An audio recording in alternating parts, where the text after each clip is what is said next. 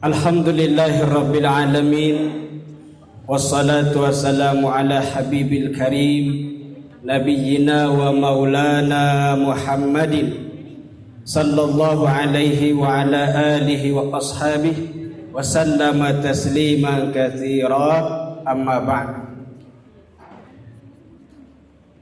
Alhamdulillah, kita panjatkan kehadirat Allah Subhanahu wa ta'ala, yang mana pada kesempatan hari ini kita semua diberikan nikmat sehat jasmani dan sehat rohani. Alhamdulillah. Salawat juga salam tercurahkan kepada junjungan kita Nabi besar Muhammad sallallahu alaihi wasallam. Semoga kita semuanya mendapatkan syafaat. Amin ya rabbal. Yang sama-sama kita hormati, encek-encek mati dikit.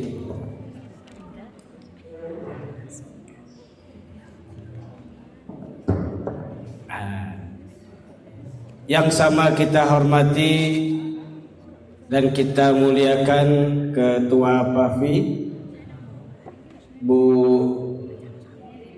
nah itu Bu, ya Bu Ning ya, beserta jajaran kepengurusan dan semua yang hadir di tempat yang insya Allah berkah ini. Semoga kita semuanya sehat, panjang umur dalam taat kepada Allah dan Rasulnya. Amin ya rabbal alamin. Kalau memandang tempat seperti ini, kita saling berhadapan, saling tersenyum, saling memandang.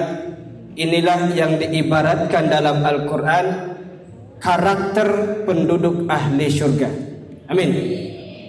Bagaimana penduduk ahli surga itu? Wa nazza'na ma fi sudurihim min ghillin ikhwanan ala sururin mutaqabilin. Karakter penduduk surga adalah mereka yang dicabut rasa ghil. Ghillin itu kebencian, kedengkian, hasud. Ketika itu dicabut, ikhwanan, mereka bersaudara. Ala sururin mutaqabilin, duduk-duduk di tempat-tempat yang bagus, saling berhadapan. Semoga itu adalah karakter kita semua. Amin ya rabbal, amin ya rabbal, amin ya rabbal. Sudah lapar? Ikan sepat, ikan gabus berenang di air tawar, lebih cepat, lebih bagus. Ibu-ibu sudah pada lapar. Saya juga sama. Nah ini dia judulnya. Mana judulnya? Nah itu judulnya. Halal bihalal dan seminar.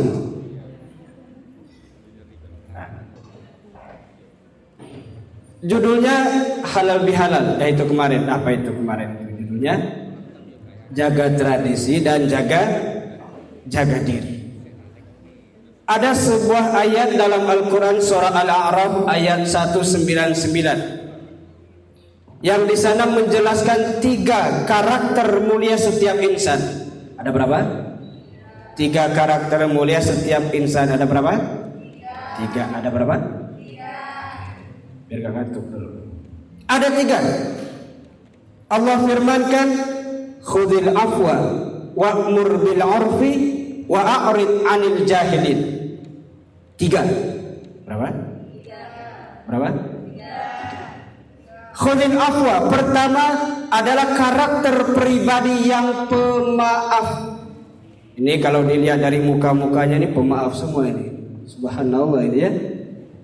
Ini apa karena tinggal di Madiun kebanyakan minum es tebu ya Bu ya?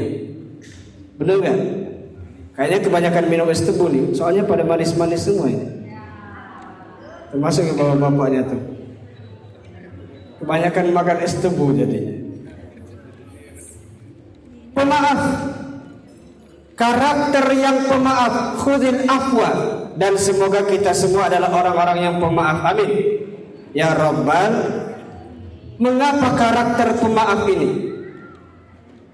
Coba, pertama, dibimbing oleh Nabi agar kita sebagai umatnya menjadi umat yang selalu memaafkan siapapun yang salah kepada kita, memaafkan siapapun yang menzalimi kita. Dan ini bukan perkara mudah. Bukan perkara. Tidak sedikit kita terkadang berat untuk memaafkan orang yang berbuat salah kepada kita, apalagi menzalimi. Tapi karakter pemaaf ini adalah karakter penduduk surga, ahli surga, dan kita menginginkan itu. Maka ketika kita merasakan bahwa kita adalah orang yang terzalimi di dunia ini, merasa diri adalah orang yang paling menderita di dunia ini karena perbuatan salah orang lain, apa yang harus kita lakukan? Pertama kata Nabi, Pertama kata Nabi, ketika kita merasakan berat untuk memaafkan orang, berat untuk memaafkan kezaliman yang dilakukan kepada kita, pertama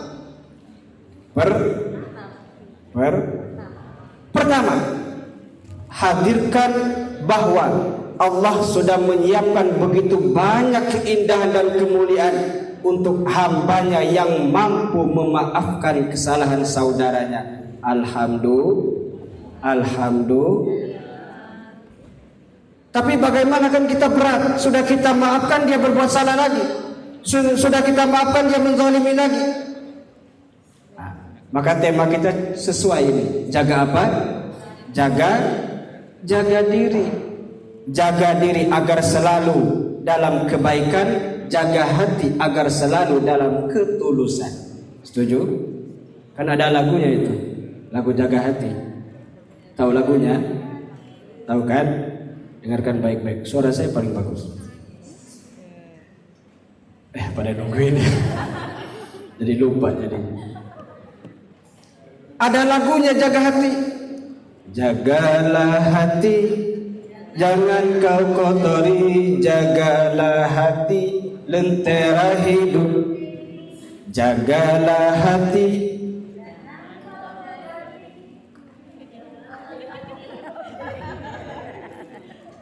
Subhanallah.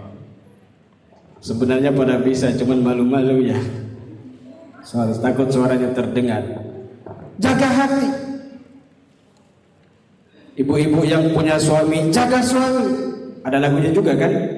Jagalah suami, jangan kau sakiti. Ridhonya suami, ridhonya. Pinter tuh. Bapak-bapak yang punya istri, jaga istri. Sayangi istri, jangan kau sakiti. Tangisan istri, tangisan bidadari. Tambah lagi. Tambah apa itu? Sayangi istri, jangan kau khianati. Doanya istri dikabulkan. Mantap. Sampai mana tadi? Jaga hati, jaga diri. Kalau ada orang yang tak mampu menjaga lidahnya, maka jagalah hatimu agar tidak tersakiti olehnya. Kita punya teman, wah kayaknya dia kalau setiap ngomong nyakitin banget. Dia kalau setiap ngomong kayaknya nyelekit banget. Apa yang kita lakukan? Jaga hati agar tidak tersakiti oleh omongannya. Jaga diri agar kita tetap memaafkannya. Apa yang pertama? Menjadi karakter pribadi yang pemaaf. Yang kedua, wa'mur bil 'urfi, menjadi karakter orang yang selalu mengajak kepada kebaikan. Nah, ini contohnya nih. Ini adalah setiap kita ini insya Allah orang yang selalu mengajak kepada kebaikan. Tidak pernah berhenti. Ada seminar, dikit-dikit ada seminar. Ini kan nilai kebaikan semua. Kumpul bersama, bertemu, bersama, nilai kebaikan semua. Tapi terkadang kita dalam melakukan kebaikan, mengajak orang lain itu terkadang suka bosan. Sering mengeluh. Sudah saya ajak dia nggak mau, sudah saya baik-baikin tapi dia nggak mau juga. Berhenti kita mengajak orang dalam kebaikan. Maka ketika ada orang bertanya, ibu kenal yang namanya Syekh Mutawali Ansyarawi? Kenal bu? Kenal? Syekh Mutawalli Asy'arawi kenal? Kalau Sule kenal? Kenal ya. Kalau Rehana kenal? Umbrella itu kenal? Kalau Syekh Mutawalli Asy'arawi enggak kenal ya.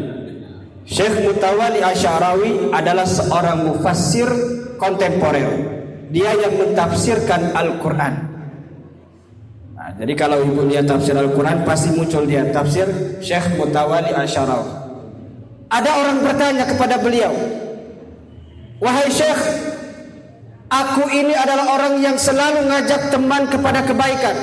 Aku ajak dia untuk ibadah, aku ajak dia untuk baik kepada saudaranya, tapi dia menolak. Sampai aku capek, sampai aku berhenti untuk mengajaknya." Apa jawaban beliau? Kata Syekh Mutawalli Asy'arawi, ini jawabannya. Jawaban ini bisa untuk kita amalkan. Kata beliau, "Wa ahsin wa in lam tulqa ihsanan. Laisa li ajlihim, walakin li anna Allah yuhibbul muhsinin." Paham semua kan, Bu? Paham semua ya? Paham kan? Ada terjemahnya itu. Wa ahsin, kata Syekh Mutawalli, tetaplah engkau berbuat kebaikan walaupun tidak dikatakan orang baik. Tetaplah berbuat kebaikan walaupun kebaikanmu tidak selalu dihargai.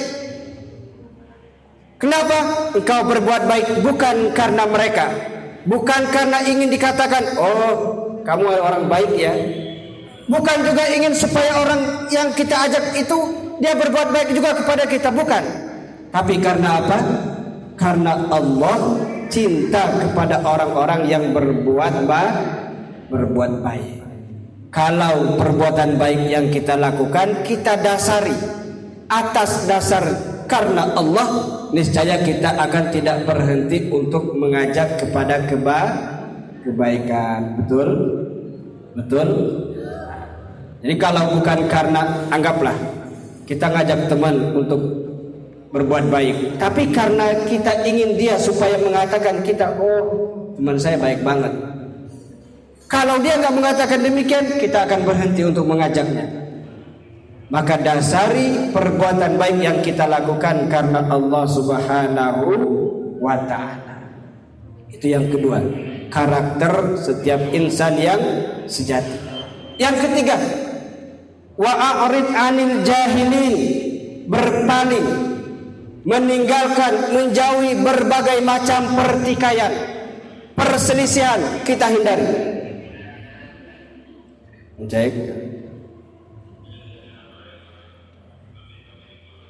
Hindari berbagai macam pertikaian. Dan ini karakter orang yang sangat mulia, sebab dia akan menjauhi berbagai macam bentuk pertikaian, permusuhan, kezaliman di antara sesama. Maka ketika ayat ini turun, Nabi Muhammad bertanya kepada malaikat Jibril. Kan yang membawa ayat ini malaikat Jibril datang kepada Nabi Muhammad membacakan ayat ini. Nabi Muhammad bertanya, "Ya Jibril, mahada?" Wahai Jibril, apa yang dimaksud dengan ayat ini? Apa yang dimaksud dengan ayat ini, wahai Jibril? Kata malaikat Jibril, "Ya Muhammad, innallaha amaraka an ta'fu'a amman zalamaka wa an tasila amman qata'aka wa an tu'tiya amman haramaka." Wahai Muhammad, maksud ayat ini adalah pertama, Allah menyuruhmu untuk memaafkan siapapun yang menzalimimu, yang tadi kita jelaskan.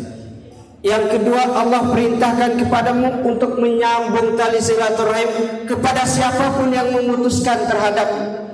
Dan yang ketiga, Allah memerintahkanmu memberi kepada siapapun yang tidak pernah memberi kepadamu. Memaafkan sudah tadi, menyambung tali silaturahim kepada orang yang memutuskan. Kita kalau begini berteman, bertemu, kemudian baik lagi, indah lagi, tapi tali silaturahim tidak terputus, itu namanya memperindah ukhuwah. Tapi kalau terputus, harus kita sambungkan. Itu yang namanya silaturahim, menyambung tali yang terputus. Maka dalam ayatnya, kalau yang tidak terputus namanya islah, memperindah. Yang ketiga, wa antu'tiya amman haramaka, memberi kepada orang yang tidak pernah memberi kepadamu. Coba kita bayangkan, kita ngasih orang yang pelit sama kita, pelit banget. Kira-kira kita ngasih enggak? Ngasih enggak? Enggak dong. Kalau dia pelit, apa ya?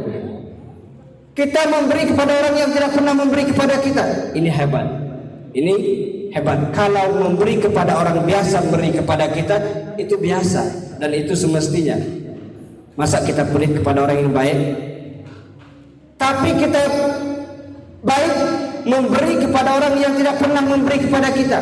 Inilah karakter yang Allah hadirkan dalam Al-Quran, surah Al-A'raf ayat 199. Dan ini karakter yang amat mulia, karakter penduduk ahli surga. Pemaaf, selalu baik kepada semua orang dan memberi tanpa memandang siapapun yang dia beri. Insya semoga kita semuanya tergolong. Amin ya Rabbal, amin ya Rabbal, amin ya Rabbal. Terakhir, udah berapa menit? Terakhir. Nah, ini halal bihalal ini. Mengapa kita adakan halal bihalal? Apa itu manfaatnya? Pertama, Allah sangat sayang kepada hambanya yang dia merasa dirinya adalah orang yang punya salah kepada orang lain. Allah sayang kepada hamba begitu. Kata Nabi, rahimallahu abdan kanat li akhihi indahu mazlimatun min ardin aw malin faja'ahu fastahallahu qabla ayyukhadha. Allah sangat sayang kepada hamba yang bagaimana? Yang dia merasa dirinya ada salah kepada saudaranya. Kita kalau tidak pernah merasa diri kita bersalah, wah, itu salah. Kalau kita merasa orang yang paling baik, itu tidak baik. Merasa orang paling benar, itu tidak benar. Mengapa? Orang itu tidak pernah luput dari salah, tidak pernah luput dari dosa. Di mana-mana di sini dosa, di situ, di sini, di sana, di mana? Kayaknya punya vokalis ya. Karena kita tidak pernah terlepas dari salah, keliru dan dosa, maka menjadi orang yang merasa tidak punya dosa itu salah.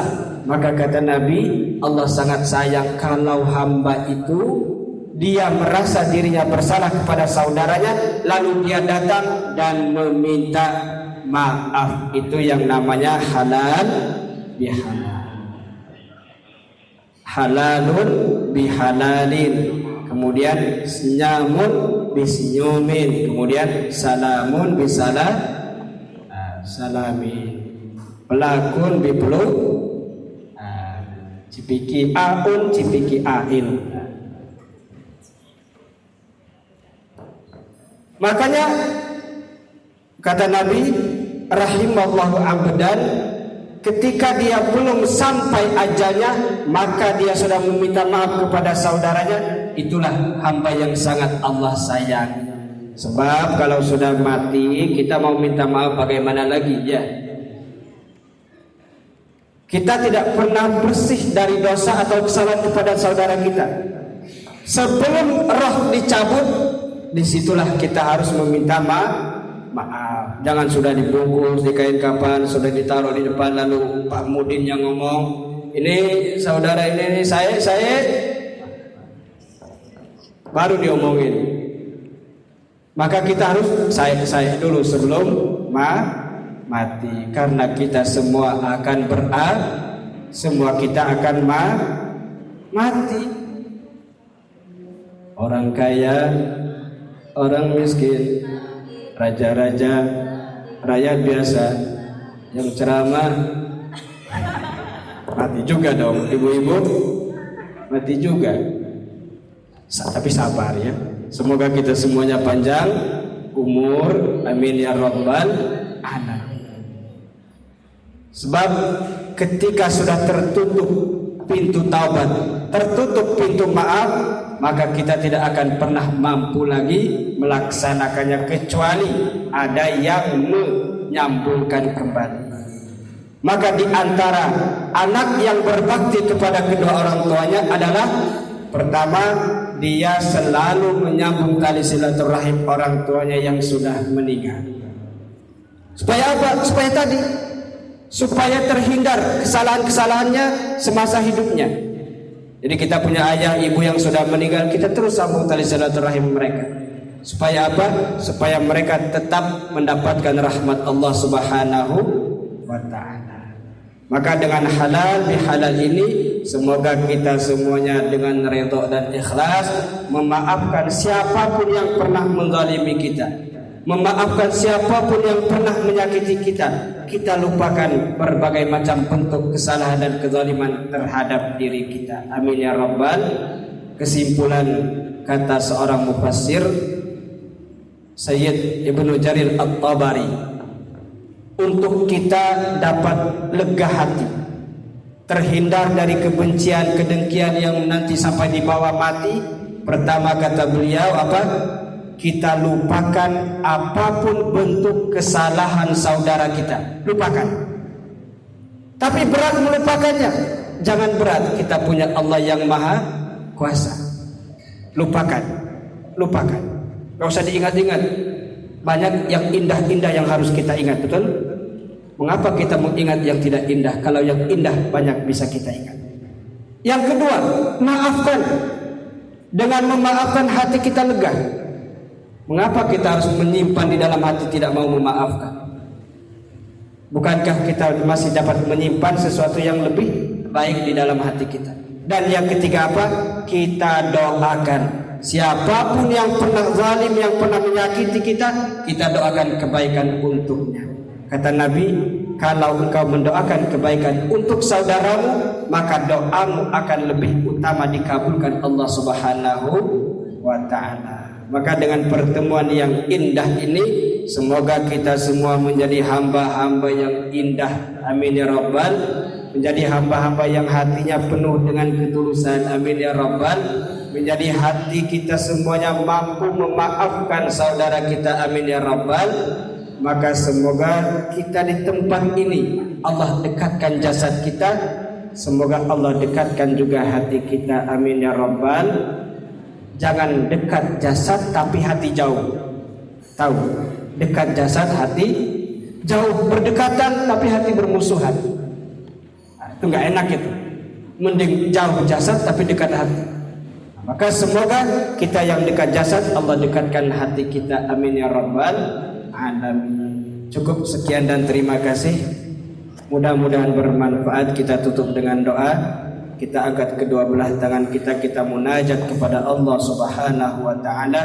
Kata baginda Nabi, Allah malu tidak mengabulkan doa hambanya ketika hamba berdoa mengangkat kedua belah tangannya. Maka jangan berat kita angkat dua belah tangan kita untuk munajat kepadanya. A'udzubillahi minasyaitonirrajim. Bismillahirrahmanirrahim. Alhamdulillahirabbil alamin. Allahumma shalli wa sallim wa barik ala nabiyyina Muhammadin wa ala ali Muhammad. Ya Allah ya arhamar rahimin, kami berkumpul di tempat yang berkah ini ya Allah dengan segenap kerendahan dan pengharapan. Dalam segala kelemahan dan kekurangan kami munajat bersimpuh kepadamu ya Allah. Ampuni dosa-dosa kami ya Allah. Ampuni dosa kedua orang tua kami ya Allah. Ampuni dosa saudara-saudara kami ya Allah. Ya Allah yang maha penyayang, sayangi orang tua kami, ayah bunda kami yang masih hidup, panjangkan umurnya dalam sehat walafiat ya Allah.